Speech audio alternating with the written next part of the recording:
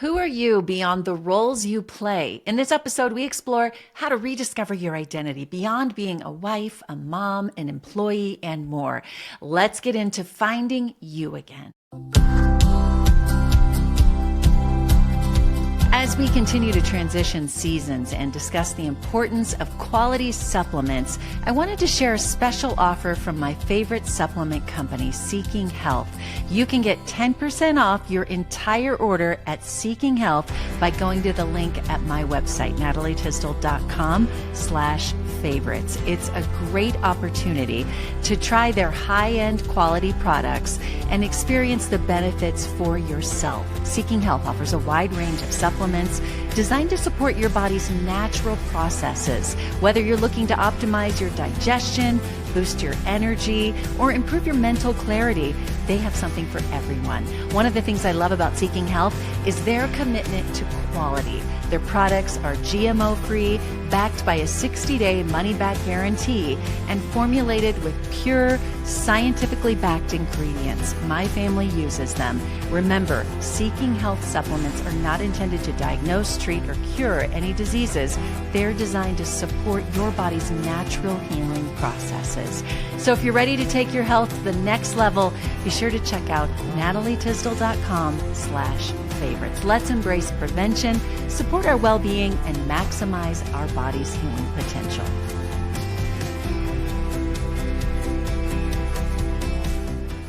Hi everyone, it's Natalie. Today's episode is a quick solo one, short and sweet, because let's face it, this time of year is busy for all of us, and that's okay. While on vacation with my family last week, I found myself reflecting on something I wanted to share with all of you. We often get so caught up in everything we do, our roles, our responsibilities, our commitments, that we forget to ask ourselves, who am I beyond all of that? Of course, the roles we play, they're important, right? But have you ever paused to think about who you are outside of all the hats you wear? That's what I want to talk about today. And before getting into it, I want to say thank you for being here. Taking the time to listen means that you're investing in yourself. And I want you to know how proud I am of you for that. Whether you're out for a walk, maybe you're driving, maybe you're just hitting the gym this morning, this short episode is designed to inspire you and offer some ideas to help you navigate the hectic holiday season with a little more balance. If you're looking for even more tips and resources, I would love for you to check out my newsletter. It's packed with tools and ideas, links to things that I think you'll find helpful as you continue your journey towards balance and self-discovery. You can go to my website, natalietysdal.com, to sign up and read past episodes, blogs, and so much more. So let's get into it. When we're young, we often have time to dream and reflect on the things that really matter to us, especially in our high school and college days. We're looking towards our future and what we want to do with our lives. But during the busy years of building careers, raising families, we rarely pause to think about all of those things again. In fact, most of us just don't. Yet it's so important that we go back and we do that, because if we don't, resentment, bitterness can start to creep in as everyone else's needs start to take priority over our own needs. And I know you know what I'm talking about if you drive kids to sporting events and everything else. You've probably heard the saying, you can't pour from an empty cup. And it's true. Taking care of yourself is not selfish. It's essential. Prioritizing your well-being allows you to show up better for everyone else in your life. We wear so many hats, but the truth is, God created you with a unique purpose and identity, and that goes beyond the roles that you fulfill. And even if you don't share a faith perspective, discovering your personal identity is vital to being successful and balanced. Society often ties our worth to all of the roles we play, right? Being a perfect mom, that's a whole nother episode we'll do one day. But society also ties worth to being a loving partner or a successful professional. But who are we when those roles shift, or maybe when they fade? Studies such as one published in Frontiers in Psychology reveal that burnout often stems from chronic stress and identity conflicts, like juggling being a mom, maybe an executive, a teacher, whatever professional role you play, All of the conflict that goes along with the working world and society can lead to emotional exhaustion.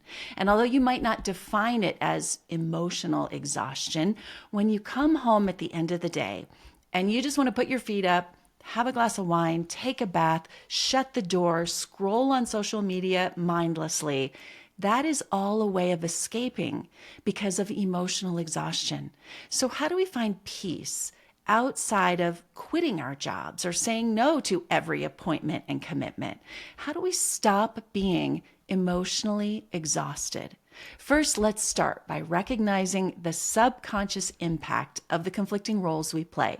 Then we're going to prioritize self-care and we're going to find some balance. Biblically, we can look at several verses that highlight identity. Psalms 139:14. I praise you because I am fearfully and wonderfully made. From a faith perspective, our identity starts with understanding that we're created with purpose and worth, and we don't have to go to the world to find that purpose. Whether you come at this from a faith-based view or maybe a secular view, ask yourself, what do I value, enjoy, and care about apart from what others do? I'll say it again so you don't have to rewind because I think it's really important. What do I value, enjoy, and care about apart from what I do for others? Let's talk about balancing roles with your true identity. There's a difference between the roles you play and your identity. Roles are assignments we take on. Identity is about who we are at our core. How can we truly understand where we're going if we're not even sure who we are at our core? So let me ask you this. How often do you take time to just be alone? Maybe meditate, pray, reflect. While we can appreciate the roles we play in life, it's important. Those roles are important, but it's important not to let them define us entirely. Here's an example. I was recently having a conversation with a former TV colleague, and both of us left the crazy busy news industry, and we're now growing our own businesses that align more closely with our personal values. For years, being on TV became a core part of my identity and her identity. When we were introduced at events or at social gatherings, that's how people described us. Was it a bad thing? Not necessarily, but if your sense of self-worth is tied solely to a role or a title, that can become unhealthy.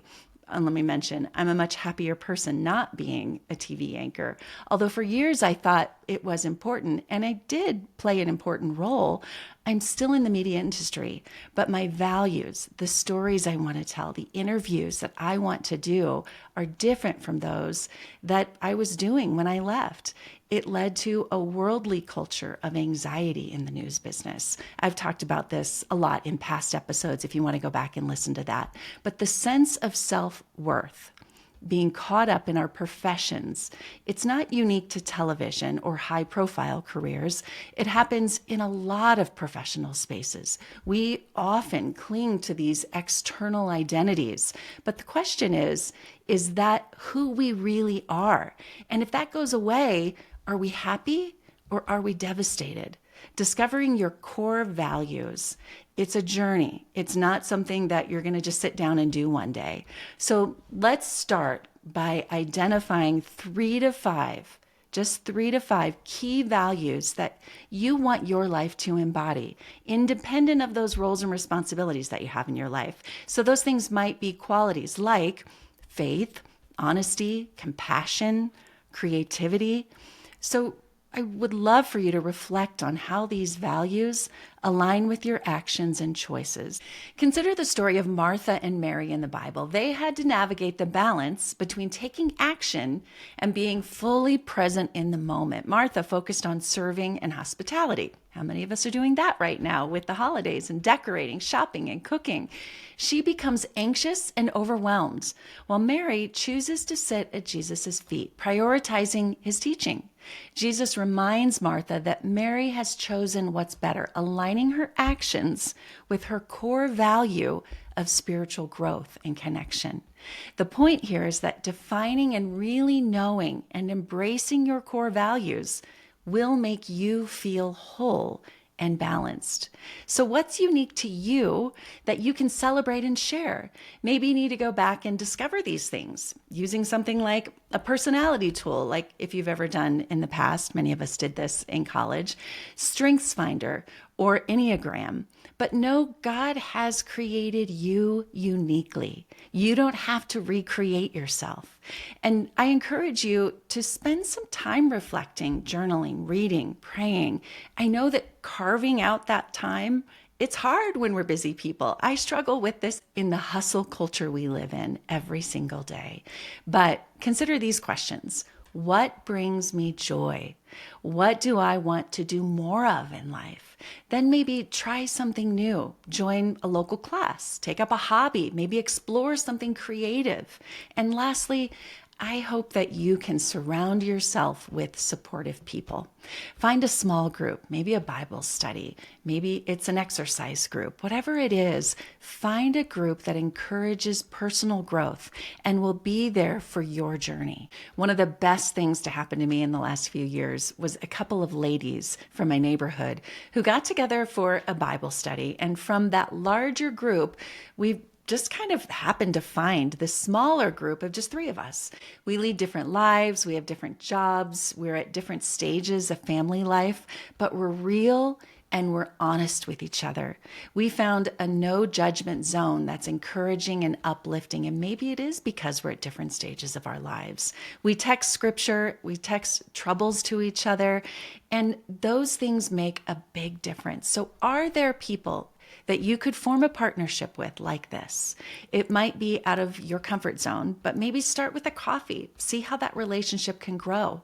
This group of mine, we started with a meeting that led us through a book. So it was kind of a Bible study / book club. It was hard to commit to those dates. I struggled with that because I had so much going on. It was hard to commit to those dates, but had I not done that, I would have missed out on a very special supportive group of ladies.